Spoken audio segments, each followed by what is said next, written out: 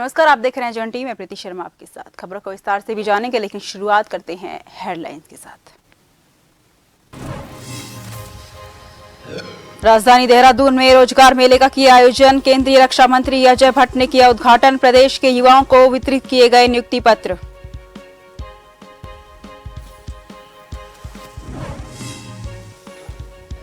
मणिपुर मामले में केंद्रीय मंत्री अजय भट्ट ने देहरादून में दिया बयान। कहा, केंद्र बड़ा एक्शन करने की तैयारी में, जल्द ही आएंगे सकारात्मक परिणाम।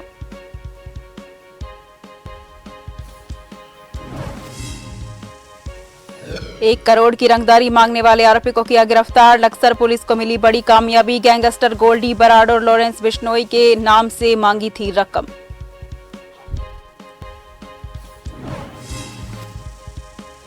केदारनाथ में प्रपोज वीडियो के मामले के बाद गर्भगृह की फोटो हुई वायरल। इस पर समिति के पूर्व अध्यक्ष गोदियाल ने कसा तंज। कहा, रसूखदार ले जाते हैं कैमरा।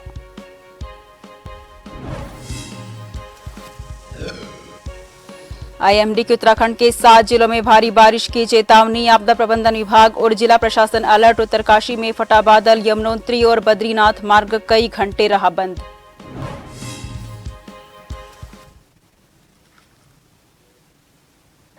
उत्तराखंड सरकार दिसंबर माह में ग्लोबल इन्वेस्टर समिट करने जा रही है, जिसकी तैयारियां अब शुरू हो चुकी हैं। सचिव उद्योग विनय शंकर पांडे ने ये जानकारी देते हुए बताया कि पुष्कर सिंह धामी के निर्देशों पर इन्वेस्टर समिट की तैयारियां शुरू हो चुकी हैं और इन्वेस्टर समिट अच्छा हो, सफल हो, अधिक से अधिक इसमें निवेश रहे और उससे भी बढ़कर रोजगार का ज्यादा से ज्यादा सृजन हो। इस मंशा के साथ समिट की तैयारियां चल रही हैं।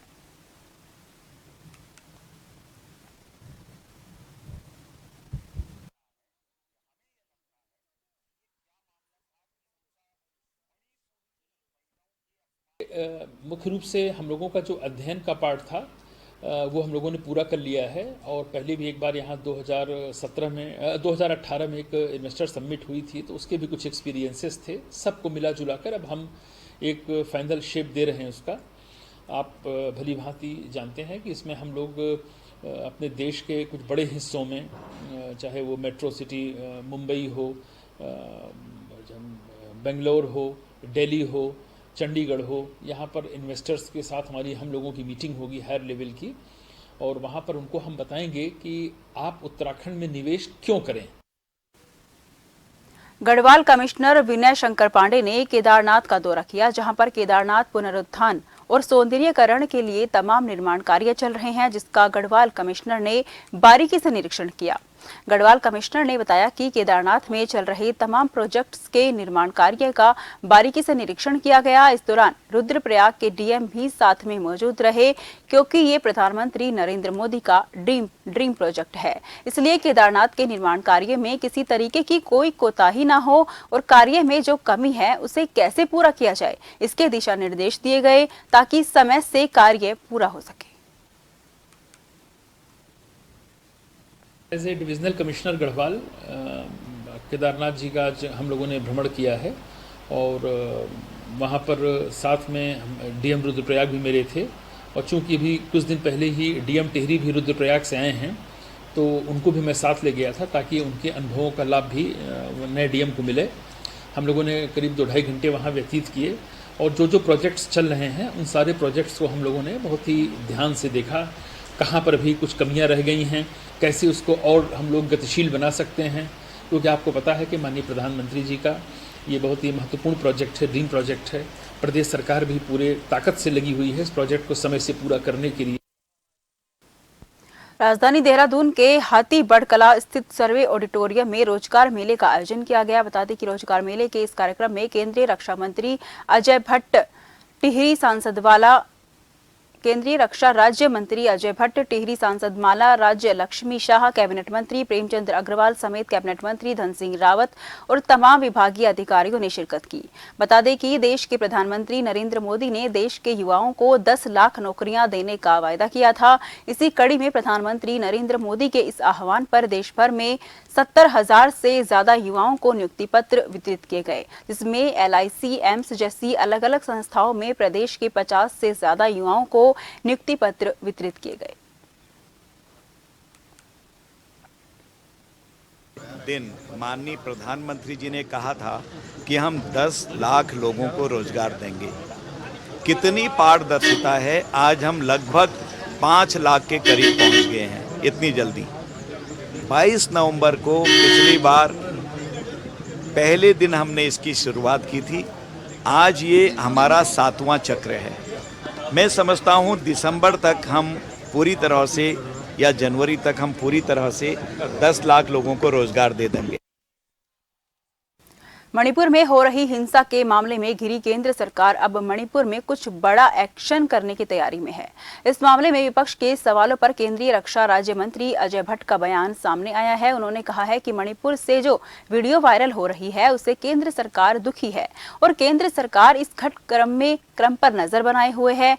केंद्रीय रक्षा राज्य मंत्री अजय भट्ट ने कहा है कि मणिपुर मामले में जल्द ही सकारात्मक परिणाम आने वाले हैं। मणिपुर के बारे में बहुत सारी बातें आ गई हैं। दुखद घटना है, हम सब दुखी हैं और निश्चित ही उसके सकारात्मक परिणाम आने वाले हैं। उत्तरकाशी में स्वास्थ्य सचिव डॉक्टर आर राजेश कुमार ने जिले के अपने एक दिवसीय दौरे पर जहां उन्होंने जिला अस्पताल और सामुदायिक स्वास्थ्य केंद्र चिन्याली सोड का निरीक्षण किया और साथ ही मनेरी गांव में चौपाल आयोजित कर ग्रामीणों से क्षेत्र के विकास से जुड़े मसलों और जन समस्याओं पर चर्चा की। उन्होंने प्राथमिक स्वास्थ्य केंद्र में मरीजों से भेंट कर उनका हालचाल जाना, साथ ही डॉक्टरों के द्वारा उपचार की स्थिति की भी पड़ताल की और साथ ही निःशुल्क जांच परामर्श सुविधा और जांच रिपोर्ट आने वाले समय के बारे में भी जानकारी ली।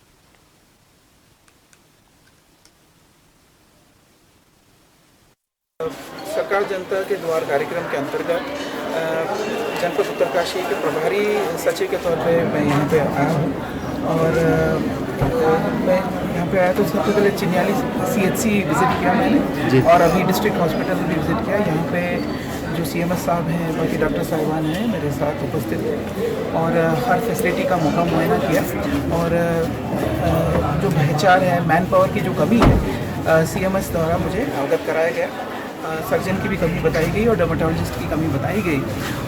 इनको मैं कोशिश करूँगा कि जल्द से जल्द यहाँ पे डिस्ट्रिक्ट हॉस्पिटल में सर्जन और डर्मेटोलॉजिस्ट की मैं पोस्टिंग करता हूँ। बाकी सभी यहाँ पे स्थिति संतोषजनक है। मौका मुआयना मैंने किया, CT मशीन भी चेक किया, कर्मचारियों से के साथ भी इंटरेक्ट किया। डायलिसिस मशीन जो हंस फाउंडेशन के माध्यम से हम लोग चला रहे हैं और हंस फाउंडेशन और सरकार मिलकर निःशुल्क सुविधा दे रही है जनता को, उसका भी मैंने मौका मुआयना किया।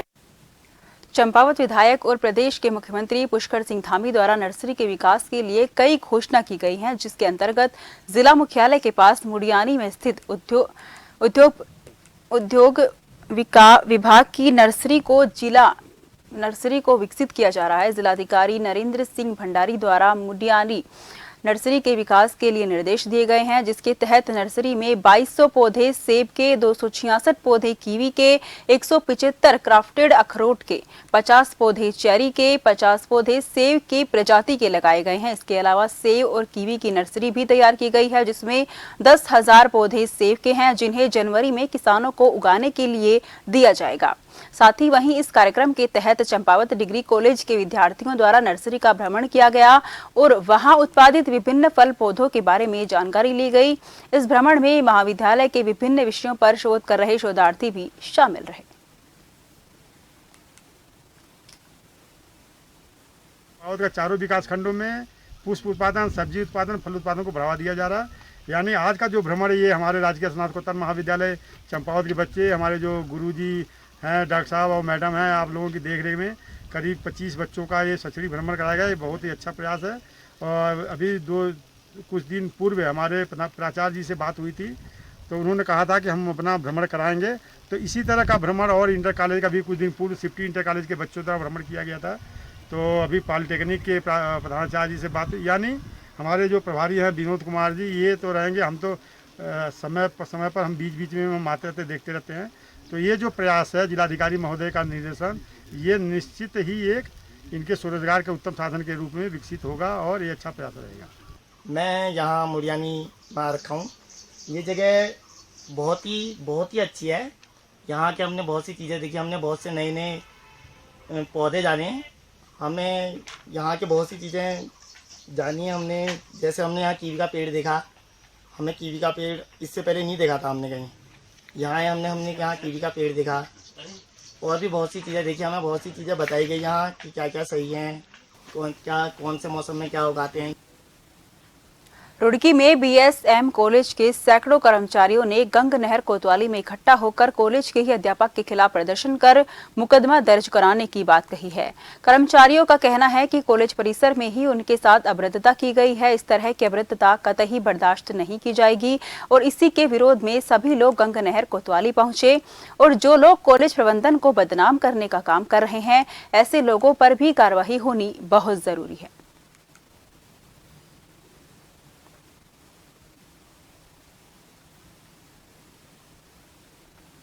संस्था को बदनाम किया जा रहा है। अभी पीछे फ्लैक्स लगी है और उन लोगों के खिलाफ एफआईआर दर्ज हुई है। तो हमारी ये मांग है कि जल्दी से जल्दी गिरफ्तार हो और इससे हमारे एडमिशन पे फर्क पड़ेगा। जुलाई का एडमिशन का टाइम चल रहा है और समाज में एक होता है कि विद्यालय होता है कि आप एक सुसमाज गठित करने के लिए, यानी कि गंद फैलाने के लिए। तो हमारी ये मांग है जो ऐसे लोग हैं ब्लैकमेलिंग कर रहे हैं, इन लोगों को जल्दी से जल्दी गिरफ्तार किया जाए। डॉक्टर अनिल शर्मा जो हमारे हैं सहायक अध्यापक बीएसएम इंटर कॉलेज में, उनके खिलाफ कोई कार्रवाई नहीं हुई, ना कोई गिरफ्तारी हुई। इसलिए हम यहाँ पर आज उपस्थित हुए और उन्होंने हमारे खिलाफ भी कार्रवाई या गिरफ्तारी कहा है। मेरे ही ऑफिस में बदतमीजी करना, आचरण नियमावली के विरुद्ध जाना, उसके लिए हमने जो है यहाँ के इंस्पेक्टर साहब हैं उनसे हम प्रार्थना करने के लिए आए थे कि आप हमारे उस पर जो है तवज्जो दें, ध्यान दें। लक्सर कोतवाली पुलिस ने गैंगस्टर गोल्डी बराड़ और लॉरेंस बिश्नोई के नाम से 1 करोड़ की रंगदारी मांगने वाले शातिर आरोपी को गिरफ्तार किया है। जानकारी देते हुए लक्सर कोतवाल अमरजीत सिंह ने बताया कि बीती 10 जुलाई को 1 करोड़ की फिरौती की मांग करने और फिरौती न देने पर उनके परिवार को जान से मारने की धमकी देने के मामले में मुकदमा दर्ज कराया था। मामले की गंभीरता को देखते हुए हरिद्वार एसएसपी अजय सिंह के निर्देश पर पुलिस की टीमों का गठन किया गया। गठित पुलिस की टीम के अथक प्रयासों के स्वरूप रंगदारी मांगने वाले आरोपी लोकेश कुमार को गिरफ्तार किया गया है।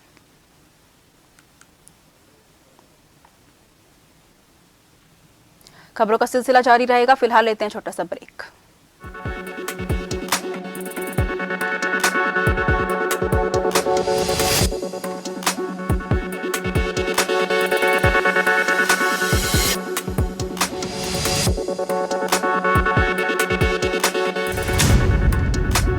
सरकारी विद्यालयों में पढ़ रहा कोई भी बालक अब पाठ्य पुस्तकों से वंचित नहीं रहेगा।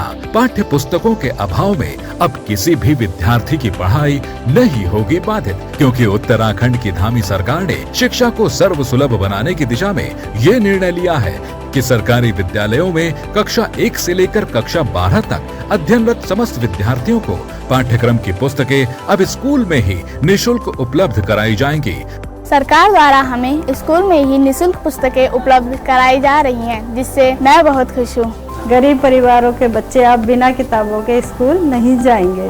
धामी सरकार के इस भगीरथ प्रयास से राज्य के सरकारी विद्यालयों में पढ़ रहे 10,83,000 से अधिक बच्चों को इस योजना से प्रत्यक्ष लाभ होगा। आर्थिक परिस्थितियों के कारण पहले काफी बच्चे पुस्तकें नहीं खरीद पाते थे। निर्बल और विशेष श्रेणी के जिन छात्र छात्राओं को पुस्तक क्रय करने के लिए सरकार के द्वारा पैसा उपलब्ध कराया जाता था, उसमें भी कई बार विलम्ब हो जाता था। अब सरकार प्रत्येक वर्ग के विद्यार्थियों को विद्यालयों में निःशुल्क पुस्तकें उपलब्ध करा रही है। निश्चित रूप से इससे लाखों विद्यार्थियों को लाभ प्राप्त होगा। पहले किताबें खरीदने के लिए हमें दुकानों के चक्कर लगाने पड़ते थे। कई बार किताबें दुकानों पर समय से नहीं मिल पाती थी। अब किताबें स्कूल में ही मिलती हैं, वो भी बिल्कुल मुफ्त। धामी सरकार ने ठाना है शिक्षा की अलख जगाना है, शिक्षा को सर्वसुलभ करके उत्तराखंड को अग्रणी राज्य बनाना है। जल संरक्षण से जुड़े अभियानों में जनता जनार्दन को, सामाजिक संगठनों को, सिविल सोसाइटी को भी ज्यादा से ज्यादा हमें जोड़ना होगा, साथ लेना होगा। माननीय प्रधानमंत्री श्री नरेंद्र मोदी जी के इसी मंत्र को आत्मसात करते हुए मुख्यमंत्री श्री पुष्कर सिंह धामी के कुशल नेतृत्व में सरकार जल संरक्षण की दिशा में अनेक कदम उठा रही है। बारिश के पानी को सहेजने के लिए जनभागीदारी से जाल खाल, खंती निर्माण के पारंपरिक तौर तरीकों को अपनाया जा रहा है। वर्षा जल संचयन के लिए सरकार प्रदेश भर में जलाशयों, झीलों और चेक डैम निर्माण को भी प्रोत्साहित कर रही है। लोग जरूरत के हिसाब से पानी खर्च करें, इसके लिए प्रथम चरण में करीब 44 शहरी क्षेत्रों में हर पेयजल कनेक्शन पर मीटर लगाए जा रहे हैं।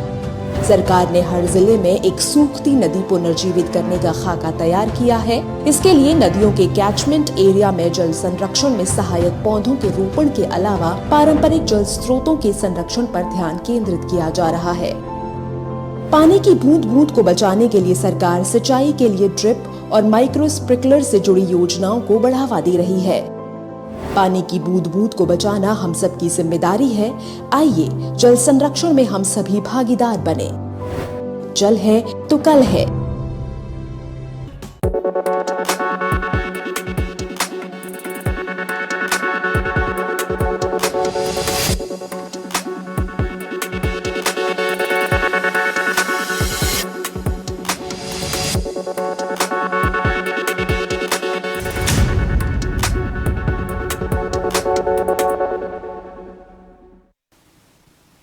ब्रेक के बाद फिर से आपका स्वागत है। रुक करते हैं खबरों की ओर।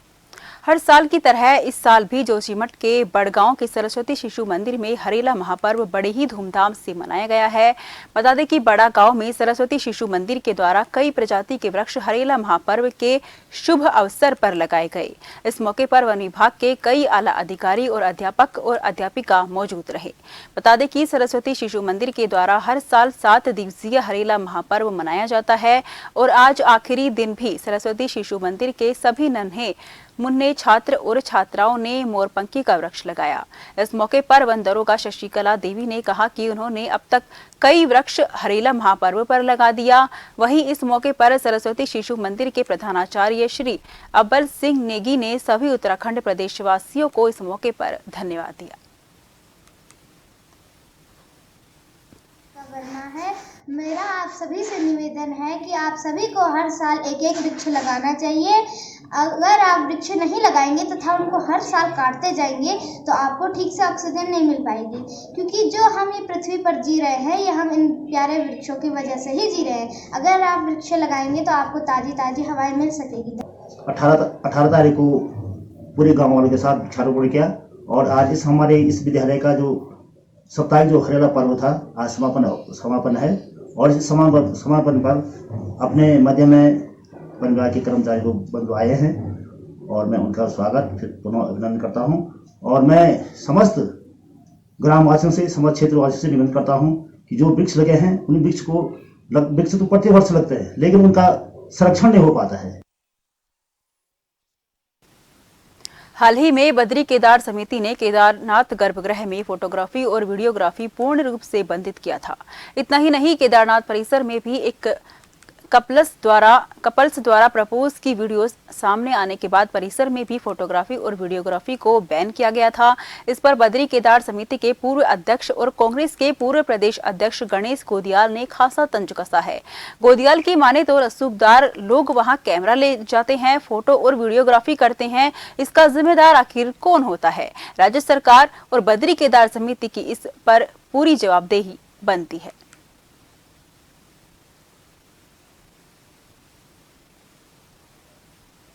के आदेश की लगातार अवहेलना हो रही है। बड़े पहुंच वाले लोग सीधा कैमरे लेके वहां पहुंच जा रहे हैं। कौन लोग इसके लिए जवाबदेह होंगे? सरकार ने इसका अभी तक संज्ञान नहीं लिया है। इस बात को अभी 24 घंटे होने जा रहे हैं लेकिन अब तक ऐसी कोई बात सामने नहीं आई है कि सरकार ने इसका संज्ञान लिया हो और किसी पर कोई कार्रवाई की बात हुई हो।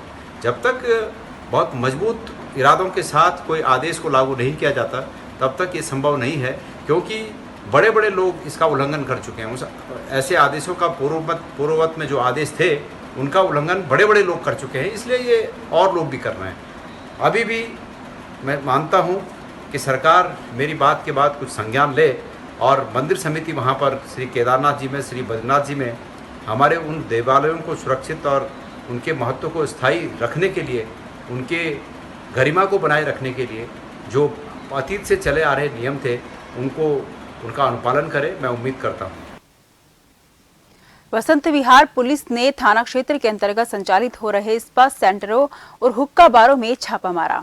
इस दौरान इस्पात सेंटरों में अनियमितताओं पर मिलने पर उनके खिलाफ चालानी कार्रवाई कर जुर्माना वसूला गया। पुलिस ने सभी को 1 सप्ताह के भीतर व्यवस्थाएं सुधारने के निर्देश दिए हैं। कार्यवाही के दौरान हुक्का बार बंद मिले। इसके अलावा इस्पात सेंटर में कार्य करने वाले कर्मचारियों के सत्यापन के संबंध में पूछताछ की गई। इस दौरान कई इस्पात सेंटरों में रजिस्टर में ग्राहकों की जानकारी दर्ज नहीं थी, तो कई जगह सीसीटीवी और अन्य कमियां मिली, जिसके बाद पुलिस एक्ट 81 के तहत 5 इस्पात सेंटरों का चालान कर न्यायालय को भेज दिया गया, जबकि पुलिस एक्ट 83 में चालान कर जुर्माना वसूला गया।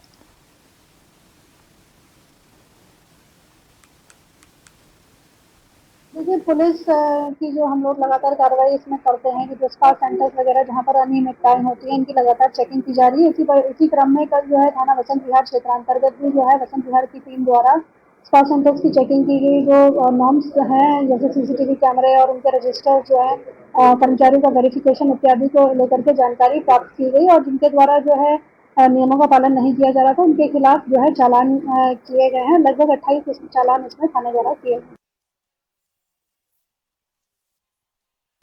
खबर कोटद्वार से है, जहां मुस्लिम लड़का हिंदू लड़की के साथ एक होटल के कमरे में देख हिंदू संगठन के लोगों ने उसे पकड़ लिया और लड़के की जमकर पिटाई कर दी। दोनों एक होटल के कमरे में थे। इसी दौरान हिंदू संगठन के लोग होटल में पहुंचे और दोनों को एक साथ देखकर आग बबूला हो गई।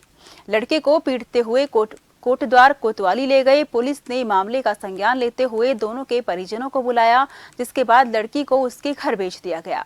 मामला बाजार चौकी के नजीबाबाद रोड नारायण होटल का है। जानकारी के अनुसार लड़का मुस्लिम और लड़की हिंदू बताई जा रही है।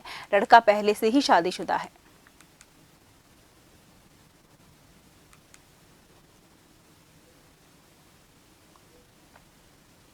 सितारगंज की ग्राम सभा बसगर में कैबिनेट मंत्री सौरभ बहुगुणा ने पशुपालन लाइव फॉडर हार्वेस्टिंग शो और IFO का उद्घाटन किया। इस पशुपालन लाइव फॉडर हार्वेस्टिंग शो में पंजाब एग्रीकल्चर की तर्ज पर हार्वेस्टिंग और फार्मिंग मशीनरी की प्रदर्शनी भी लगाई गई, जिसमें पशुपालकों के लिए अच्छी तकनीक की नई मशीनें, उच्च कोटि का आहार और अन्य तकनीकों को दर्शाया और बताया गया, जिससे पशुपालक दुग्ध उत्पाद बढ़ा सके, जिससे उन्हें अधिक मुनाफा हो सके। साथ ही पशुपालकों को मवेशियों से जुड़ी कई जानकारियां भी उपलब्ध कराई गई।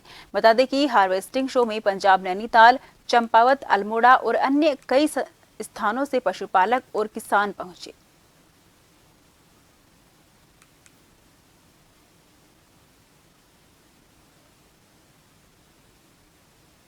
सबसे पहले बधाई दूंगा और माननीय प्रधानमंत्री जी का धन्यवाद करता हूं कि उन्होंने उत्तराखंड को जो है 3 FPO बनाने की यहाँ पर स्टार्ट करा है। जो पहला भारत का ऑल वुमेन FPO है। ये सारी हमारी मातृशक्ति है। 350 महिलाओं का ये FPO बना है और इसमें सरकार की एक सोच है कि जो हम साइलेज बनाते हैं और साइलेज पशुपालकों को देते हैं वो FPO के माध्यम से हम खरीदेंगे, यही अपनी फसल को खुद यहाँ पर काटेंगे, उसको साइलेज में कन्वर्ट करेंगे और आंचल जो हमारा ब्रांड है सरकार का वो इससे साइलेज खरीदेगा और पशुपालकों को देगा। एक कोशिश है हमारी मातृशक्ति को आत्मनिर्भर बनाने की और जो हमारे किसान हैं उनको डायरेक्ट बेनिफिट पहुँचाने की। चौक के पास एक ई-रिक्शा शोरूम के ताले तोड़कर चोरों ने लाखों का सामान चुरा लिया। पुलिस ने इस मामले में घटना के 1 हफ्ते बाद चोरी का मुकदमा दर्ज किया। बता दें कि शोरूम के शटर के ताले तोड़कर चोर लाखों का सामान चोरी करके ले गए। चोरी हुए सामान में battery, charger, controller, drum axle सहित अन्य ई-रिक्शा से संबंधित सामान शामिल हैं। जाते हुए चोरों ने शोरूम के अंदर और बाहर लगे CCTV कैमरे भी तोड़ दिए। मामले को गंभीरता से लेते हुए देहरादून पुलिस ने तफ्तीश शुरू की और मुकदमा दर्ज करने के कुछ दिनों में ही शोरूम में चोरी करने वालों की गिरफ्तारी कर ली गई।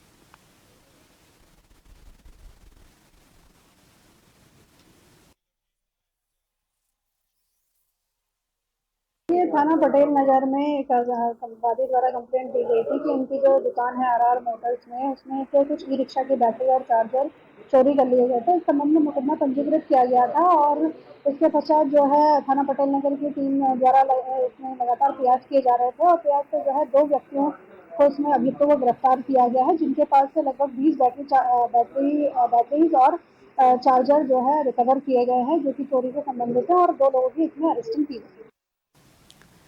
दिव्यांगजनों के लिए किसी सरकारी दफ्तर में काम करवाना अक्सर परेशानी का सबब बनता है, जिसको ध्यान में रखते हुए आरटीओ देहरादून एक बेहतर विकल्प लेकर आया है। देहरादून आरटीओ में जल्द ही केंद्र सरकार के निर्देश अनुसार निर्माण कार्य शुरू होने जा रहा है। आरटीओ के पूरे ढांचे को दिव्यांगजनों की सहूलियत के अनुसार विकसित किया जाने वाला है।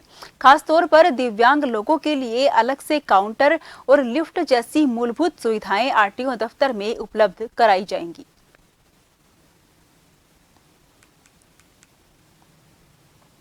देखिए, हमारे केंद्र सरकार की मदद से आरटीओ ऑफिस देहरादून के अंतर्गत पूरा ओवरहॉलिंग करी जा रही है, जिसके अंतर्गत हमारे यहाँ रैंप्स बनाए जाएंगे, कंपैटिबल बाथरूम्स बनाए जाएंगे, साथ में लिफ्ट लगाई जाएगी इलेक्ट्रॉनिक, ताकि आरटीओ ऑफिस में कोई भी दिव्यांग आए